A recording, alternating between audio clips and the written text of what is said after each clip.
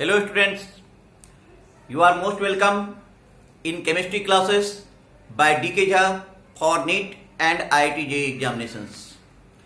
Today we are going to discuss about physical chemistry. In physical chemistry, we are discussing about mole concept. In mole concept today we are going to discuss about stoichiometry, limiting reagent and excessive reagent with complete perspective for NEET examinations and IIT JEE examinations. तो चलो हम लोग आज चर्चा कर रहे हैं limiting Regent और एक्सेसिव रेजेंट का और स्टोइकियोमेट्री का। कल की क्लास में हम लोगों ने देखा था मोल कैसे निकाला जाता है। आज हम टॉपिक को थोड़ा सा आगे बढ़ाएंगे, फिर हम उसके बाद देखते हैं क्या कर सकते हैं। तो ये जो टॉपिक है कि लिमिटिंग रेजेंट और एक्सेसिव रेजेंट, इसको समझने के लिए मैं एक छोटा सा एग्जांपल ले रहा हूं कि हम सब लोग घर में चाय बनाते हैं, और जब हम चाय बनाते हैं तो चाय में कौन सा इंग्रेडिएंट्स यूज करते हैं? चाय की पत्ती यूज करते हैं, दूध डालते हैं, चीनी डालते हैं, ठीक है, फिर उसको हीट करते हैं, चाय बन जाती है। सपोज कर लो, मान लो आप एक मिनट के लिए कि चाय बनाने के लिए हमें चाय की पत्ती और दूध दो मेन इंग्रेडिएंट्स है जिसके हेल्प से चाय बनेगी, और घर में चाय की पत्ती लिमिटेड अमाउंट में मौजूद है, कम मौजूद है, और दूध आपने मार्केट से काफी सरप्लस परचेज करके ले आया है। तो जब चाय बननी शुरू हो जाएगी तो एक ऐसा टाइम आएगा कि चाय की पत्ती खत्म हो जाएगी। तो हम लोग घर में क्या बोलते हैं कि भैया चाय पत्ती लिमिटेड अमाउंट में था, और या दूध यदि ज्यादा बची हुई रह जाएगी तो हम लोग बोल सकते हैं कि ये सरप्लस था, एक्सेस में था। तो जो खत्म हो जाता है हम केमिस्ट्री में उसे बोलते हैं कंज्यूम होना, और जो कंज्यूम हो गया that is called limiting Regent, और जो बचा हुआ रह गया that is called excessive Regent. तो आज लिमिटिंग रेजेंट और एक्सेसिव रेजेंट को, ठीक है, ये आमतौर पे बोली जाने वाली भाषाओं में हमने इसको समझने का प्रयास किया, लेकिन केमिस्ट्री में हम इसको किस तरीके से समझेंगे, किस तरीके से देखेंगे, ये जानना काफी इंपॉर्टेंट है, काफी जरूरी है। इसके लिए हम एक इक्वेशन, एक रिएक्शन यहां पे ले रहे हैं कि सपोज कर लो कि हमने कोई रिएक्शन लिखा 2H2 plus O2 will give you 2H2O, 2H2 plus O2 will give you 2H2O। क्या होता है कि हम किसी भी चीज को देखते हैं तो ऑब्जर्व करते हैं, ह्यूमन का टेंडेंसी होता है ऑब्जर्व करना। हम ताजमहल देखने जाते हैं और ताजमहल को देखते हैं, ताजमहल अच्छा लगता है तो हम लोग बोलते हैं oh my God how beautiful, कितना अच्छा है ये ताजमहल। या जब हम दिल्ली मेट्रो में चढ़ते हैं, दिल्ली मेट्रो अच्छा लगता है, अरे यार कितना अच्छा लगा। तो ह्यूमन का टेंडेंसी होता है कि किसी भी चीज को देख करके हम ऑब्जर्व करते हैं। तो हम रिएक्शन को भी देख करके क्या करेंगे? ऑब्जर्व करेंगे।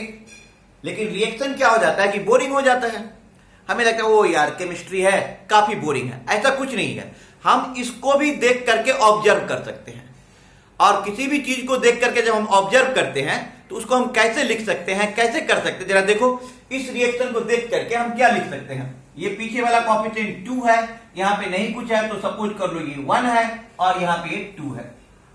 इस रिएक्शन को देख करके आप बता सकते हो कि 2 molecule of H2 reacts with 1 molecule of O2, 2 molecule of H2 reacts with 1 molecule of O2 for 2 molecule of water, for 2 molecule of water। कल के क्लासेस में हमने देखा था कि number of molecule directly proportional होता है नंबर ऑफ मोल का। कैसे? Number of molecule equal to number of mole into Na, और Na क्या है? एक कांस्टेंट नंबर है, एक कांस्टेंट है।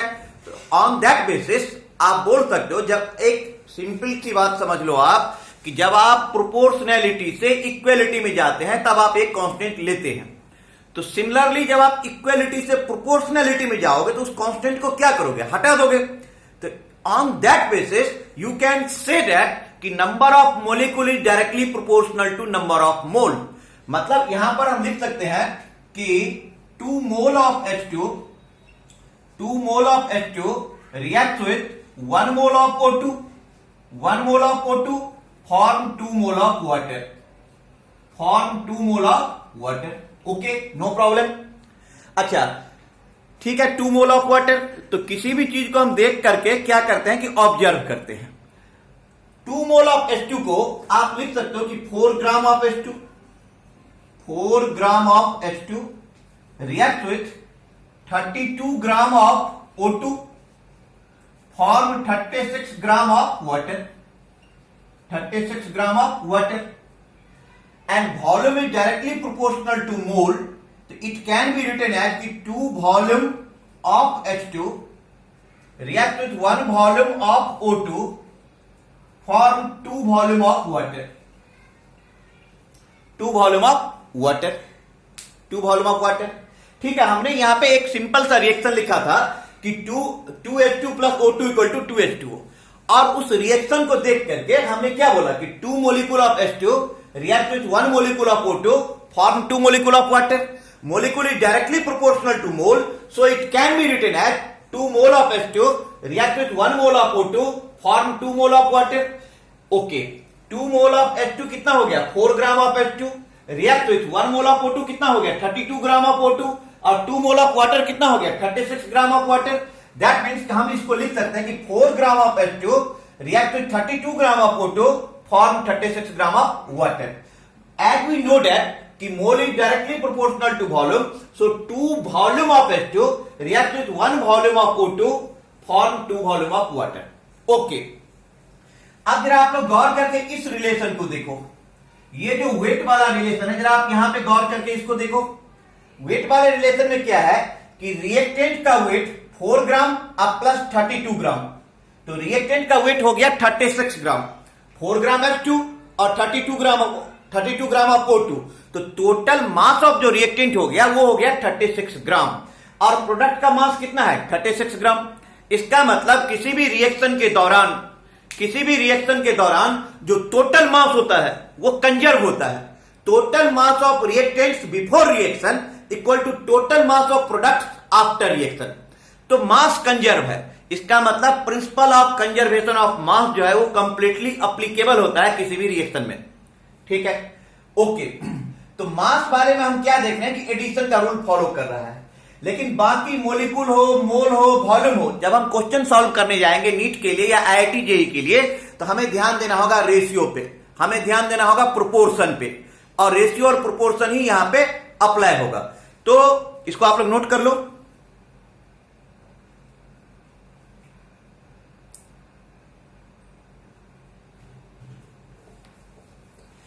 अब यदि ये बात आपको समझ में आ गई तो आप समझ लो कि स्टैचियोमेट्री पे आपका कमांड हो जाएगा. इसी बात को समझने के लिए हम पहले 3 छोटे छोटे एग्जांपल लेते हैं, और फिर हम उसके बाद नीट लेवल का और IIT लेवल का क्वेश्चन ले लेंगे इस पे.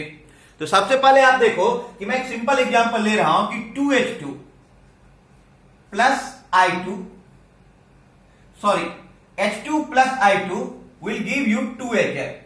सपोज कर लो क्वेश्चन में गिवन है कि H2 9 मोल है और I2 7 मोल है, तो आपसे क्वेश्चन पूछा जाएगा कि which is limiting reagent and why.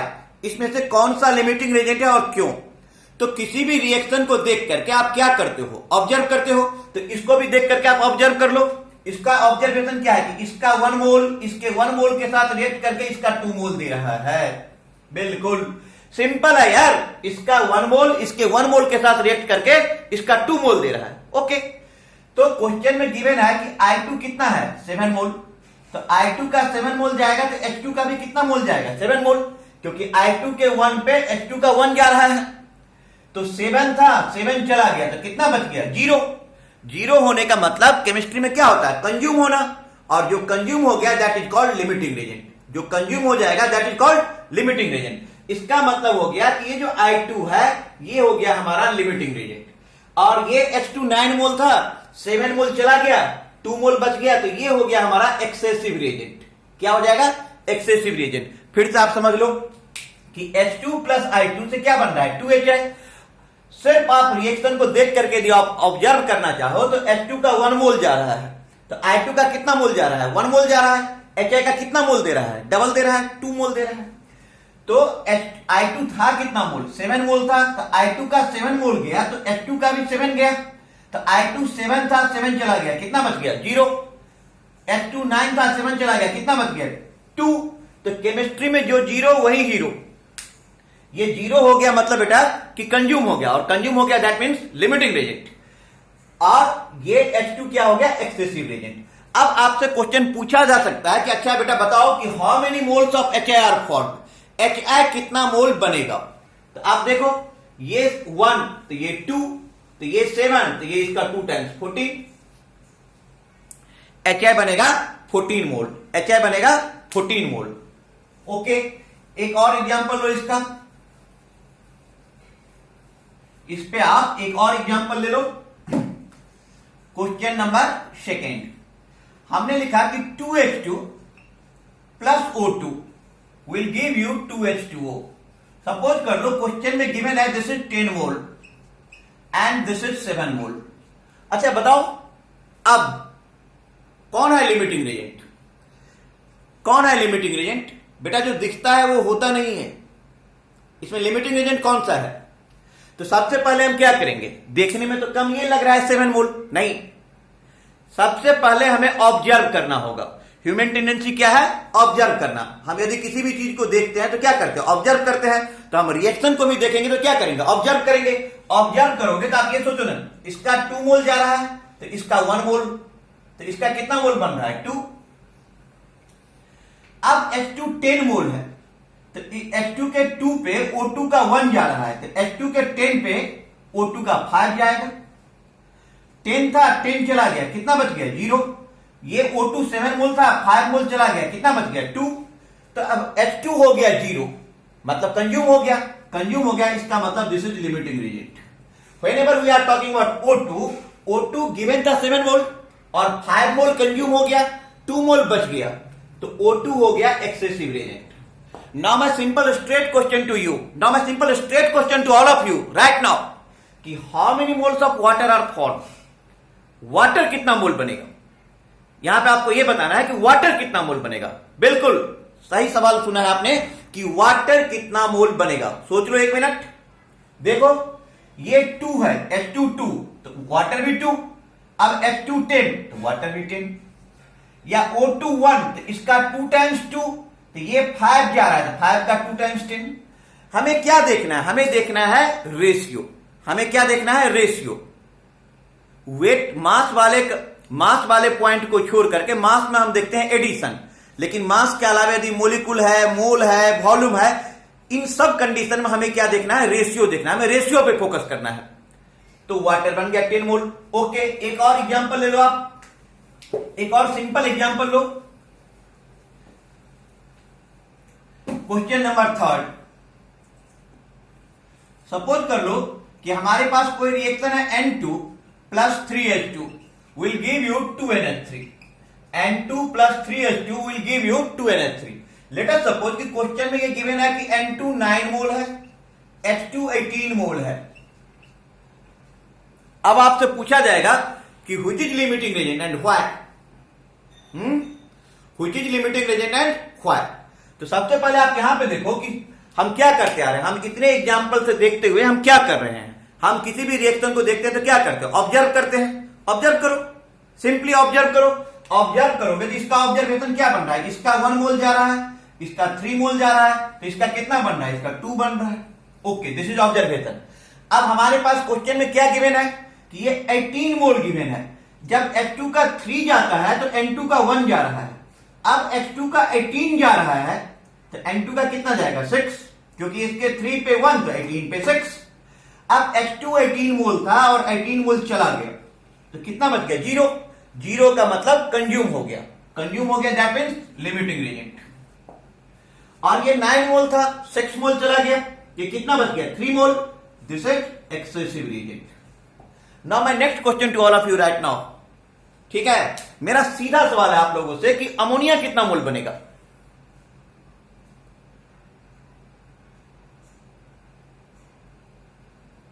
सोचो अमोनिया कितना मोल बनेगा। तो अमोनिया कैसे निकालेंगे, ये 1 तो इसका 2 टाइम्स 2 तो ये 6 जा रहा है तो 6 का 2 टाइम्स 12। या ऐसे सोच लो H2 का 3 तो अमोनिया 2 बन रहा है, तो 1 पे 2/3 तो 18 पे 2/3 इंटू 18। ऐसे सोच लो आप यहां पे साइड करके कि H2 और अमोनिया का रिलेशन देखना है, तो H2 का 3 तो अमोनिया 2 तो 1 पे 2/3 तो 18 पे 2/3 into 18, 6 into 2, 12. 6 into 2, 12. अब हम क्वेश्चन के लेवल को थोड़ा सा उठा रहे हैं, ठीक है, स्लाइटली, जैसे जैसे पहले 11th क्लास के स्टूडेंट को भी समझ में आ जाए, फिर जो नीट वाले एग्जाम वाले हैं उनको समझ में आ जाए, जेई मेन वाले को समझ में आ जाए, फिर जेई एडवांस वाले को समझ में आ जाए। हमने क्वेश्चन के लेवल को थोड़ा सा उठाया है। अब जो हमारा क्वेश्चन है ये है स्क्रीन पे, if 40 gram of the CaCO3 is treated with 40 gram of HCl, if 40 gram of CaCO3 is treated with 40 gram of HCl, which of the reactants will act as limiting reagent? यदि 40 ग्राम CaCO3 40 ग्राम HCl से reaction करेगा तो ठीक है, reaction कर रहा है, तो पूछ रहा है क्वेश्चन कि इनमें से कौन सा रिएक्टेंट होगा जो लिमिटिंग रिएजेंट होगा। सोचो आप लोग कैसे करोगे, how can you deal it?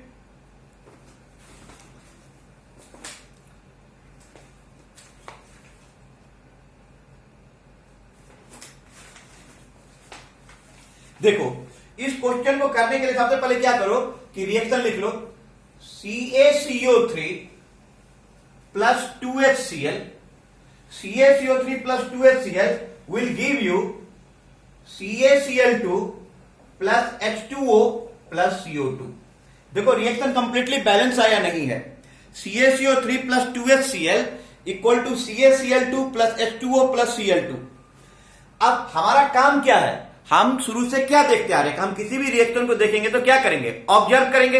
अब यहां पे ऑब्जर्वेशन देखो, CaCO3 का 1 मोल जाएगा तो HCl का कितना मोल जाएगा, 2, CaCl2 का कितना मोल बनेगा, 1, H2O का कितना मोल बनेगा, 1, CO2 का कितना मोल बनेगा, 1। ओके, ये हो गया हमारा ऑब्जर्वेशन, ये हो गया हमारा ऑब्जर्वेशन, ये हो गया हमारा ऑब्जर्वेशन। या दूसरे शब्दों में आप कहो कि इसका 101 मोल तो इसका 2 मोल जा रहा है, या आप ऐसे भी बोल सकते हो कि 100 ग्राम ऑफ CaCO3, क्योंकि CaCO3 का 1 मोल मोलिकुलर वेट के बराबर तो 100 ग्राम, और ये हो जाएगा 35.5 प्लस 1 36.5 इंटू 2 तो 73 ग्राम। 100 gram of CaCO3 react with 73 gram of HCl, इसलिए आप बोल सकते हो कि 1 ग्राम CaCO3 जो रिएक्ट करेगा वो करेगा 73/100 ग्राम HCl के साथ। अब हमारे पास जो CaCO3 है वो कितना गिवन है, 40, तो 40 ग्राम नीचे जा रहा है, थोड़ा मैं कैमरा को डाउन कर रहा हूं, 40 ग्राम CaCO3 रिएक्ट करेगा 73/100 इंटू 40 ग्राम HCl के साथ। पहले आप लोग नोट कर लो।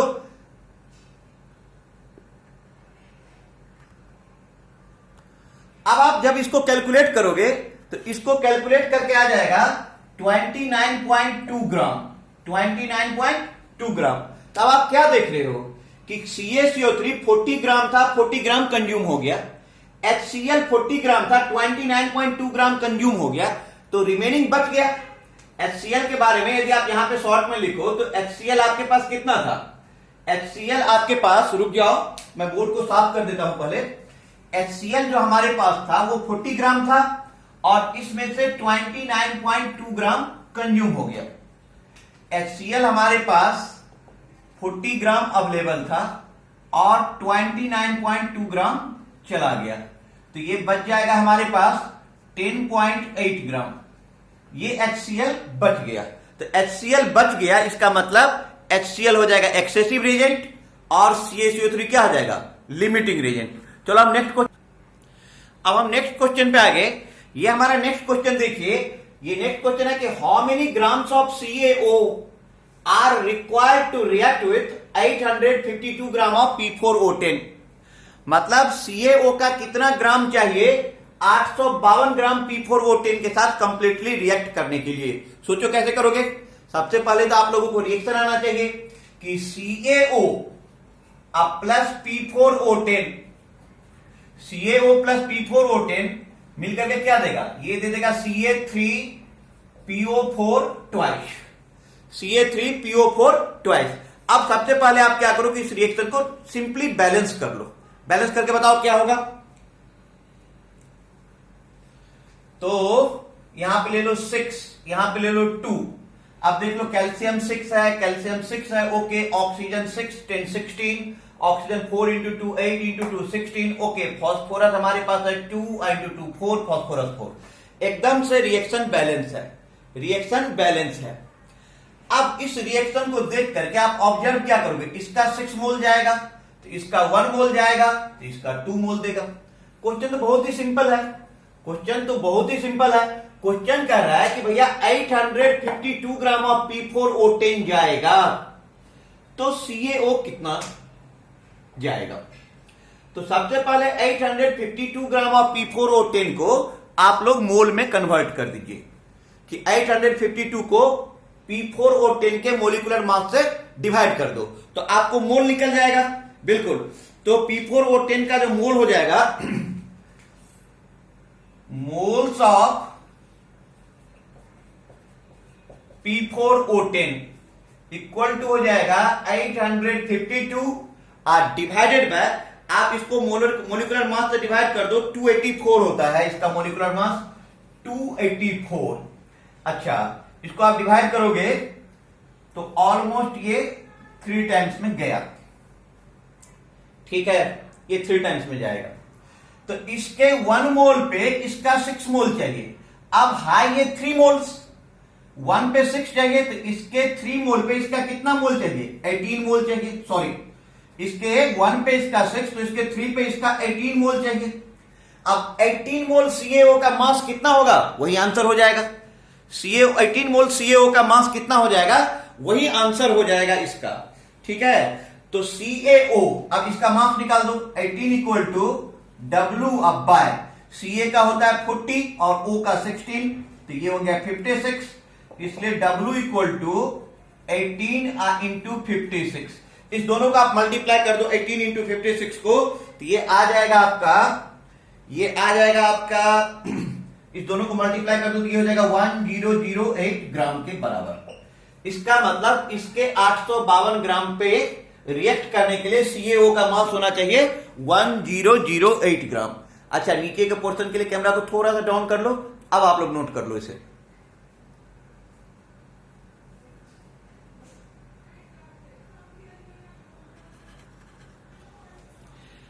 इससे आगे की क्लास को हम नेक्स्ट वीडियो में कंटिन्यू करेंगे। स्टैचियोमेट्री पे हम और भी क्वेश्चंस देखेंगे, नीट के पर्सपेक्टिव से देखेंगे, फिर जेईई मेन के पर्सपेक्टिव से देखेंगे, फिर जेईई एडवांस के पर्सपेक्टिव से भी देखेंगे। कोरोना के कारण किसी भी स्टूडेंट की पढ़ाई डिस्टर्ब ना हो, इसके लिए हमारा पूरा प्रयास सदैव जारी रहेगा। Thank you, thanks for your nice cooperation, sorry for